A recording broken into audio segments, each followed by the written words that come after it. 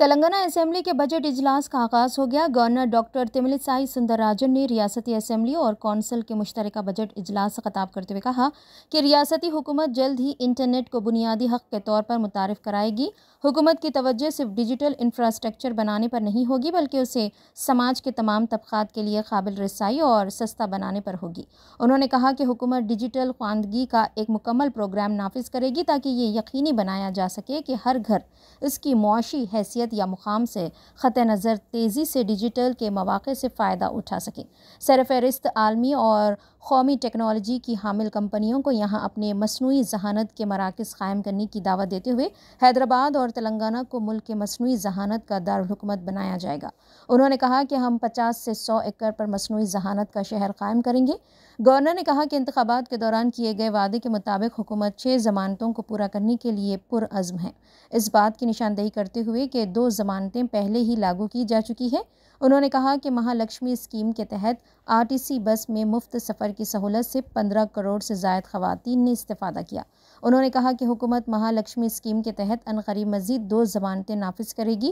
اہل خاندانوں کو 500 روپے میں LPG سلنڈر اور گرہ جیوتی اسکیم کے تحت ہر اہل گھر کو 200 یونٹ مفت برقی دی جائے گی۔ ریتو بھروسہ اور فصلوں کے قرض کی معافی جیسے اقدامات کے ذریعے حکومت کا مقصد کسان طبقے کو فصلوں کے اگانے کے پروگراموں، باغبانی کو فروغ دینے، معیاری بیجوں اور جدید زرعی طریقوں سے بااختیار بنانا ہے۔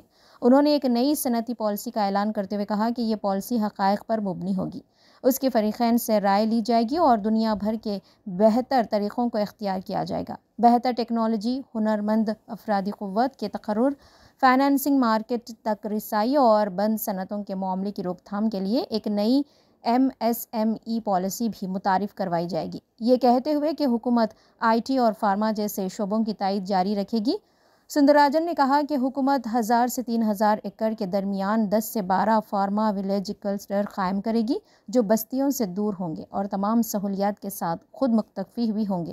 انہوں نے کہا کہ ریاست میں تمام سرکاری ITs کو ایڈوانس ٹیکنالوجی کے مراکز میں تبدیل کیا جائے گا جس کی تخمینہ لاگت تقریباً 2000 کروڑ روپے بتائی گئی ہے۔ انہوں نے کہا کہ یہ مراکز NCVT کے منظور شدہ طویل مدتی اور قلیل مدتی کورسز کا آغاز کریں گے جس سے تلنگانہ میں تقریباً 1 لاکھ نوجوانوں کو فائدہ پہنچے گا۔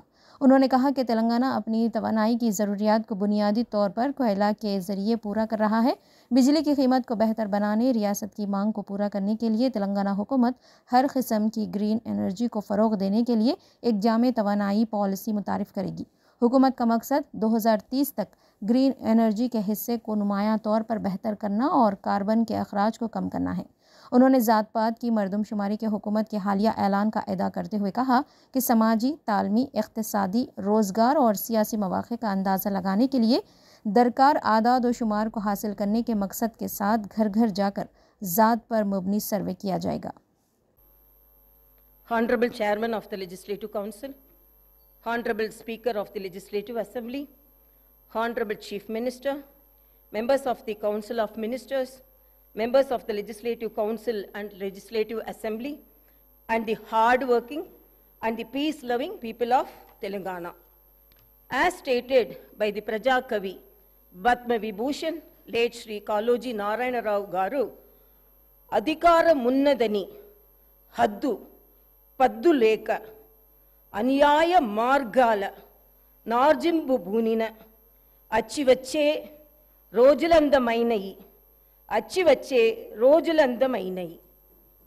I stand before you today with gratitude for the trust and confidence bestowed upon us by the people of Telangana, but also to create a sustainable and thriving environment for our farmers.